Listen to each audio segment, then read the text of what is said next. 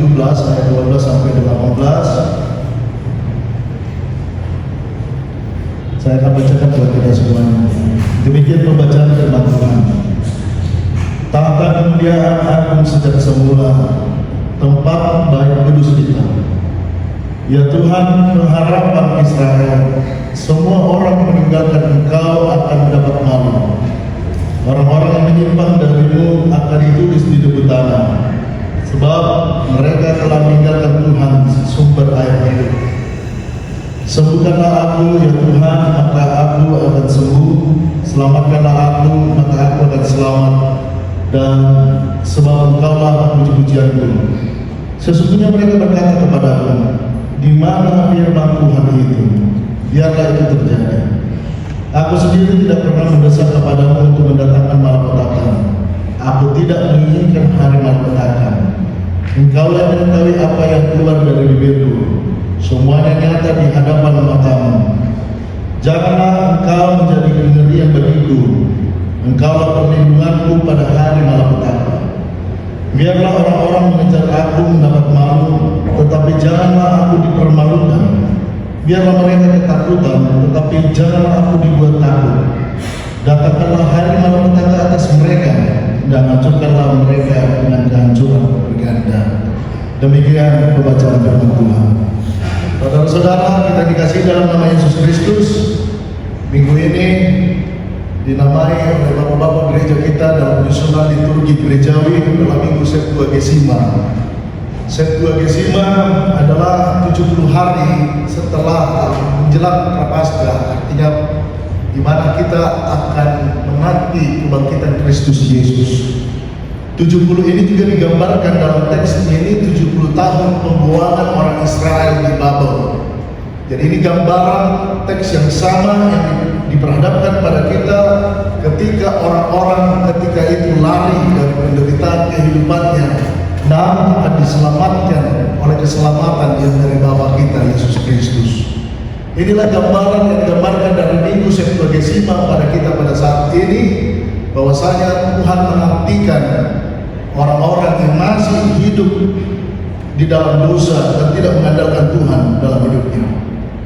Buku Yeremia adalah buku seruan pertobatan kepada orang-orang Israel pada saat itu di tengah lambang kehancuran kerajaan Israel, dan Tuhan mengingatkan melalui nabinya Yeremia supaya terjadi pertobatan bagi orang-orang Israel, supaya mereka datang kepada Tuhan dan tidak mengandalkan ilah-ilah lain, bahkan mengandalkan aliansinya, kekuatannya, kepintarannya dalam berdiplomasi dengan negara-negara yang ada di tetangganya.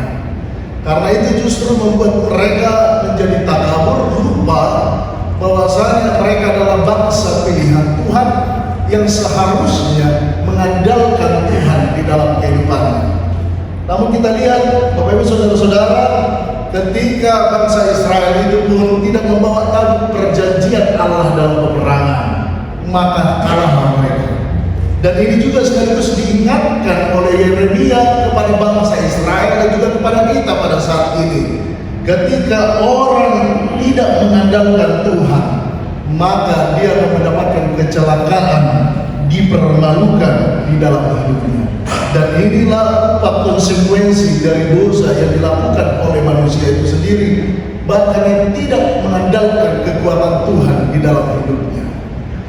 Saudara-saudara, apa yang kita lihat di sini justru seruan pertobatan negara Amerika yang baru kebakaran massal. Nah, sebelumnya ada seorang pengkhotbah jalanan yang mengingatkan supaya bangsa ini bertobat, supaya daerah ini betul-betul Amerika bertobat dan kembali kepada Tuhan. Mungkin kalau di zaman konteks kita yang terjadi di zaman Yeremia, kalau ada pengkhotbah jalanan mungkin kita anggap aneh mungkin ya. Ayah ada pada poneon, kan masuk kurang kali juga roh, masuk kurang gereja roh. Kita mungkin bisa beranggapan begitu. Apalagi yang mengingatkan tentang suara-suara pertobatan dalam kehidupan orang percaya. Jangankan itu, orang tua kita pun kasih nasihat sama kita, belum masuk nasihat itu udah buat kita kantor. Atau ya Pak, mau foto nih orang bapak, tiga gumang itu udah beromong gitu kan. Karena mungkin udah duluan terkantor dari kita untuk menerima nasihat-nasihat dalam kehidupan kita. Dan ini juga terjadi dalam kehidupan Yeremia. Ketika dia memberitakan firman Tuhan, dia merasa hidupnya dipermalukan oleh bangsa itu. Bahkan dalam hatinya sekalipun dia tidak ingin terjadi malapetaka ke bangsa itu. Tetapi karena Tuhan yang mengatakan dan dia harus mengatakan apa yang diperkatakan oleh Tuhan, maka terjadilah yang namanya di mana firman itu tertulis, di mana firman itu, dan biarlah itu terjadi. Dan ini bahkan mempermalukan diri Yeremia, bahkan dia harus ditangkap untuk menunjukkan ekstensi kebenaran firman yang diperkatakan oleh Yeremia. Dan tentunya apalagi ini berkaitan dengan akhir zaman, berkaitan dengan malapetaka, berkaitan dengan peringatan musibah, ya. Dan tadi itu kalau orang yang berada di bawah gunung yang berapi mungkin susah untuk dibilang, ayo keluar dari situ, karena berpikir bagaimana ternakku, bagaimana hartaku, bagaimana yang ada di sekitarku, gitu kan. Padahal udah jelas ada bahaya. Ya, kita ingat kejadian di Sinabu juga, bahkan ada yang menjadi korban ketika itu karena tidak mengikuti instruksi yang diberikan oleh pemerintah. Karenanya marilah saudara-saudara kita dikasih dalam nama Yesus Kristus, apa yang boleh diperkatakan oleh firman Tuhan pada saat ini adalah bagaimana pengharapan itu tidak boleh hilang dari orang Israel ketika mereka menganggap tidak ada yang bisa beraliansi, ketika diri mereka sendiri berjuang. Tetapi yang ditekankan kepada bangsa Israel pada itu dan kita semua, bahwasanya pengharapan Israel itu tidak akan hilang dalam kehidupan orang percaya. Walaupun dalam kesendirian, itu berarti Tuhan tidak meninggalkan orang dalam kesendirian. Karena saudara-saudara, kemarin saya ada tamu, kebetulan saya melayani pelayanan pelepasan dan penyembuhan. Jadi kami membentuk tim pelayanan pelepasan dan penyembuhan. Ada seseorang yang mengalami traumatik yang luar biasa karena dia bercerai dari istrinya. Dan dia seorang punya jabatan di pemerintahan, di kepolisian. Namun karena dia mendapatkan tekanan anxiety yang luar biasa, dia harus tidur bersama orang tuanya, papa mamanya di sampingnya karena ketakutan yang melanda hidupnya. Lalu dia berkata, aku sudah berdoa, didoakan pastor, didoakan pendeta, didoakan dokma karena malu tong, kan? Orang pintar juga turun memberikan advice-nya kepada kita. Lalu saya berdoa di malam hari, kasih petunjuk. Lalu datanglah seorang perempuan. Dan kebetulan perempuan ini adalah perempuan yang berbeda agama dan juga berbeda keyakinan dan sudah memiliki suami. Dia menganggap ini kiriman Tuhan. Inilah cara Tuhan menjawab pergumulan dan aku mendapatkan ketenangan di dalam hidupku.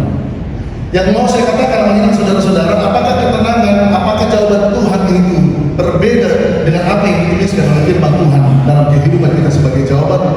Tentu jawabannya tidak.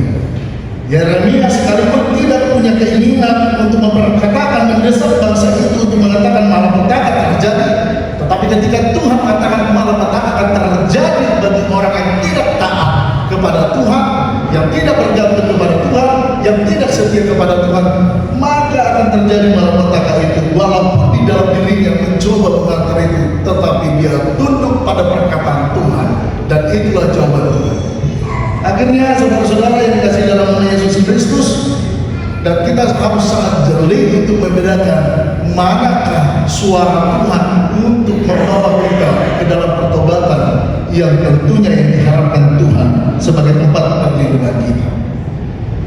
Kita yang dikasih dalam nama Yesus Kristus, akhir-akhir ini kebetulan kami pernah mengikuti satu lembaga konseling pastoral yang dipunyai oleh pendeta Julianto Simanjuntak. LK3 adalah lembaga yang saat ini banyak memproduksi para konselor-konselor. Bahkan konselor ini sudah dijadikan satu profesi, menemani para psikiater dan para psikolog.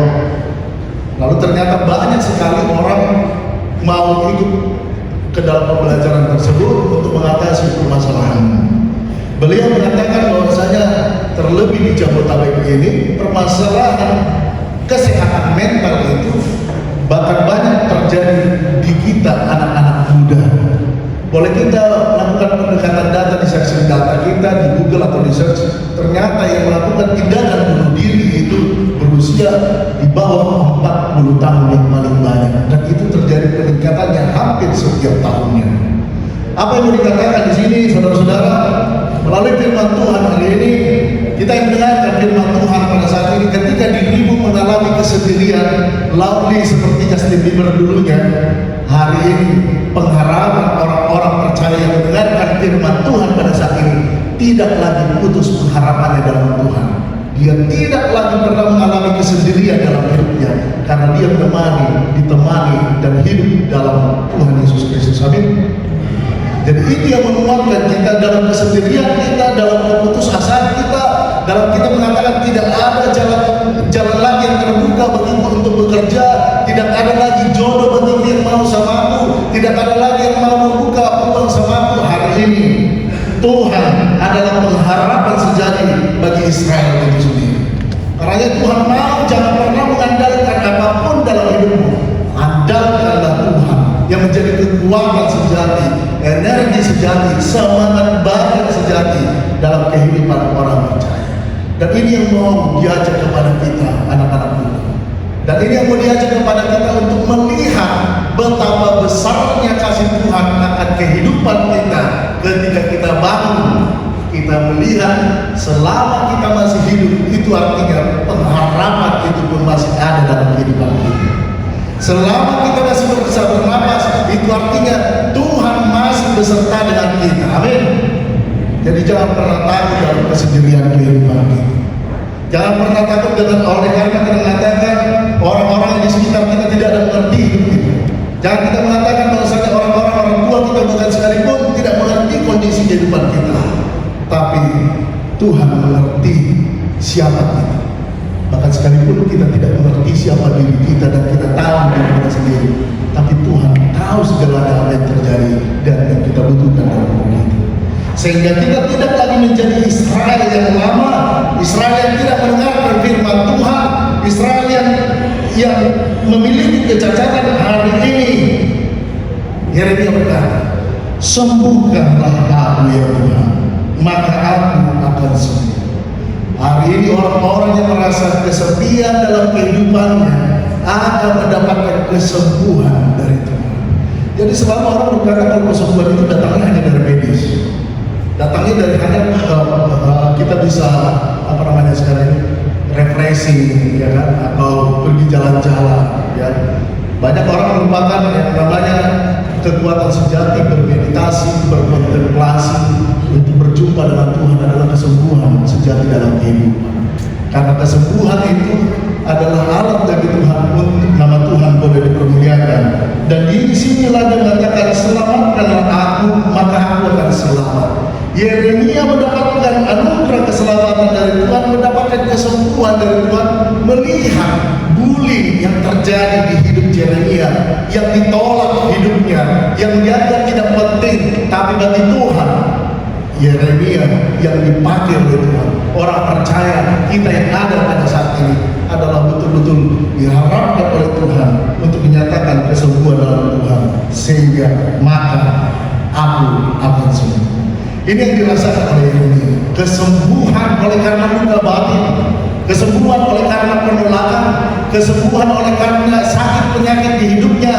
Hari ini sekalipun dia di penjara, dibukakanlah penjara itu sehingga dia bersuka cita untuk menyatakan kesembuhan, pelepasan yang Tuhan berikan bagi bangsa.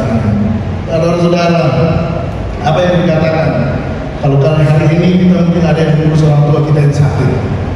Kalau ada di tengah-tengah kita yang bergumul tentang harus membiayai orang tuanya dalam keadaan sakit, atau bergumul dengan orang-orang yang dikasihinya, lalu kita sering mengalami putus asa dalam hidup kita. Tetapi kita harus mengingat satu hal dalam pengharapan di dalam Tuhan, kesembuhan itu terjadi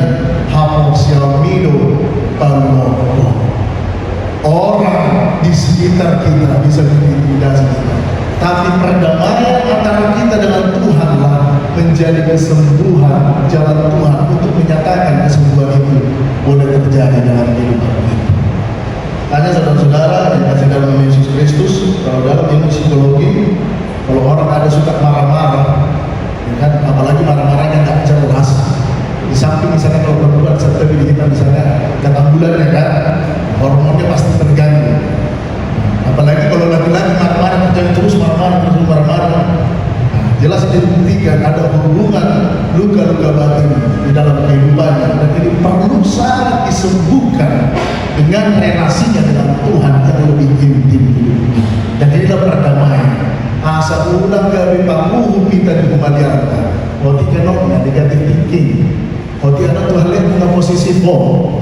Dia doang bahasa dari ulang bom, kan? Lalu pacarnya misalnya yang kerja.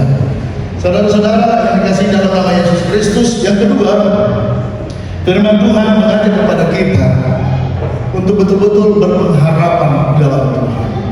Kenapa kita harus berpengharapan di dalam Tuhan? Apa pentingnya orang berpengharapan di dalam Tuhan? Apa pentingnya topik hari ini mengangkat pengharapan itu penting dalam kehidupan manusia? Karena tanpa pengharapan di dalam Tuhan, maka orang akan sering jatuh di dalam dosa. Tanpa ada pengharapan dalam Tuhan, maka kita akan mengatakan Tuhan berbohong dalam hati kita. Karenanya pengharapan di dalam Tuhan, Tuhan tidak pernah berbohong akan janji-janji keselamatannya. Dan ini dibuktikan 70 tahun lamanya bangsa itu di Babel, tetapi Tuhan berjanji akan membawa mereka ke Sion, membuka Yerusalem baru, bait Allah baru bagi mereka. Mereka yang hidup dalam penantian itu mendapatkan keselamatan. 70 hari adalah minggu Septuagesima yang kita nantikan. Ini adalah bentuk nyata yang dimana Paulus mengatakan tanpa kebangkitan Kristus Yesus, maka sia-sialah pemberitaan firman Tuhan pada saat ini. Ini adalah janji pengharapan bagi kita.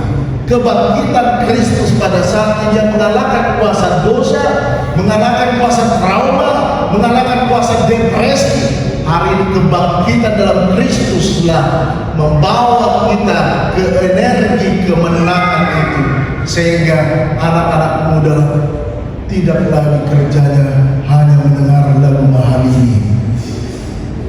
Kenapa Mahalini? Wala Nagala. Makanya coba kita perhatikan lagu-lagu yang viral terus, yang tren, yang top 10 misalnya itu, selalu banyak mayoritas di puncak top itu lagu-lagu yang galau. Ini membuktikan Indonesia sedang bergalau ria. Anak-anak muda sedang memiliki trauma yang masuk tentang sensitivitas dalam dirinya. Tetapi di dalam menantikan janji kebangkitan Kristus dan penantian akan kedatangan Kristus, maka pengharapan itu membuat semangat energi baru untuk menantikan Dia, menantikan Tuhan kita dalam kedatangannya yang dinantikan oleh kita semua. Karenanya selamatkanlah aku, maka aku akan selamat. Saudara-saudara yang dikasih dalam nama Yesus Kristus, mungkin kalau kita tanya hari ini, siapakah yang paling kita percaya dalam kehidupan kita? Mungkin anak muda akan menyatakan handphone adalah yang paling percaya. Kalau tanpa handphone, maka hampa hidupku. Ini jelas ada bentuk ketergantungan kita bukan lagi kepada Tuhan, tetapi bergantung kepada teknologi, alat-alat yang ada di sekitar kita. Jujur saudara-saudara, kenapa saya memberitakan ini? Karena ternyata pemahaman arti cellphone, penjara jaringan, ini kita sedang dipenjara oleh karena tidak bisa lagi memegang handphone. Coba 3 hal aku mulai memegang handphone di gereja, mandang dia menonton ibadah. Berapa orang hari ini anak-anak muda tidak tahan lepas dari handphonenya? Ini menunjukkan saudara-saudara yang kasih dalam Tuhan Yesus Kristus, kalau kami mengadakan pembinaan-pembinaan, pasti orang tua stres terus melihat anak-anak remaja, SMP, SMA, bahkan yang kuliah sulit untuk bersosialisasi. Bahkan ada pertanyaan di rumahnya, dia lebih baik main Mobile Legend, main skater di kamarnya daripada ikut persetubuhan di dalam rumah itu sendiri. Asik terpenjara dalam ketergantungannya akan teknologi dan kesenangan yang menghibur diri ini. Hari ini ketergantungan itu kita lepaskan menjadi bergantung pengharapan kita sepenuhnya di dalam Tuhan. Dan itulah membuat kemerdekaan, dan itulah membuat kita terjauh dari malapetaka dalam kehidupan kita. Karenanya Engkaulah yang mengetahui apa yang keluar dari bibirku, semuanya nyata di hadapan mata. Tinggal sekarang bagaimana kita bergantung dalam pengharapan kita di dalam Tuhan. Ketika ada budaya keluarga menekan kita, bahwa tulu tanya mangmur, adiga dumanguli, adiga dumuli, adong sada alusta masih datang ke Tuhan. Bapak ngawa dan masuk kolo dengan mangmulia, ale saburi Tuhan ini. Kan gue selesai nih. Nah, tidak ada perdebatan kalau udah Tuhan menjadi kunci jawaban dari semua kegelisahan orang tua. Nah, ada kesimpulan bersumpah sama Tuhan. Ayo doa pakai aplikasi ya, kan? Ayo ternyata seperti Tuhan ini. Sama halnya ketika mertua mendesak empat mainnya harus punya keturunan dalam satu dawinan. Dan sebelum dia mati sebelum itu hari hidup, kan? Karenanya saudara-saudara, begitu sangat pentingnya jawaban bergantung kepada Tuhan dalam pengharapan orang percaya. Dan itu yang dikatakan, marilah kepadaku semua yang letih lesu sudah berbeban berat. Kuk yang kupasang itu heran. Tetapi kalau kuk penderitaan dunia ini yang kita pasang dalam hidup kita, maka terbebanlah hidup kita. Kalau kok budaya yang kita pakai itu menyatakan hadameo dalam diri kita, itu yang membawa kita harus anak laki-laki, maka kita akan terbeban oleh karena itu. Tetapi kalau kuk yang dipasang oleh Tuhan melalui firman-Nya, maka itu akan memerdekakan cara berpikir, cara bertindak, cara berperilaku orang-orang yang merdeka, anak-anak muda yang merdeka di dalam Tuhan. Karenanya tentu kita tidak menginginkan malapetaka itu terjadi. Pengharapan di dalam Tuhan itu menjauhkan anak-anak muda itu menjadi generasi anti dosa, generasi yang anti dengan perbuatan-perbuatan pencemaran dari Tuhan. Dan Tuhan mengharapkan kepada kita bentuk kesetiaan dalam hidup kita, dalam doa kita, dalam pengharapan kita, dalam cinta itu sendiri, dari bentuk kehidupan orang percaya. Karenanya, saudara-saudara yang dikasihi dalam Yesus Kristus, Tuhan tidak pernah mempermalukan orang yang disayangi. Dakya dimai Tuhan kita. Justru kita yang sering mempermalukan Tuhan oleh karena perbuatan kita yang tercela dalam kehidupan ini. Hari ini boleh ditegaskan, Tuhan sangat sayang, bahkan sangat memproteksi Israel dan Bali yang jujur itu, yang susah dikasih tahu itu. Hari ini firman Tuhan mengajak generasi-generasi muda kita yang berkumpul tempat ini saat ini, anak-anak muda mau diselamatkan Tuhan dengan mau dengar-dengar akan firman Tuhan. Anak-anak muda mau diselamatkan Tuhan hari ini dengan mau mendengarkan sabdanya, supaya kita tidak jatuh, supaya kita tidak celaka, supaya kita tidak dipermalukan dan dibuli oleh dunia ini. Tetapi kasih Kristus akan memproteksi, melindungi, menjaga kita dari kehancuran-kehancuran yang berganda ini. Itulah keinginan Tuhan. Melalui keselamatan kebangkitan Kristus bagi kita, maka ada keselamatan baru, ada energi baru, pulang semangat orang-orang yang dari gereja KPP Poncol Podomoro ini akan melihat tidak mendapatkan kehancuran lagi dalam hidupnya, dan dia mengatakan, aku mau berjalan dengan Tuhan. Amin. Amang permusik kami yang kita pedang juga tidak. Kita nyanyi dulu satu lagu Selidiki Aku.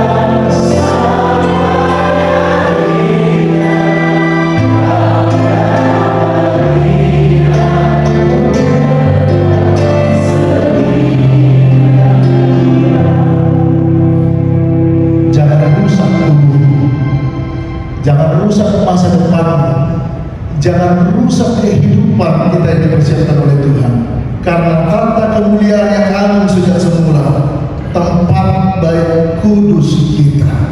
Tuhan telah mendirikan tatahnya dalam hidup kita. Hari ini biar Dia bertahta, mengajari, menuntun kita, sehingga dalam masa kemudaan kita terbuka jalan keselamatan yang terus disosok bersama dengan Tuhan. Tuhan memberkati kita, tetaplah setia dan tetaplah berpengalaman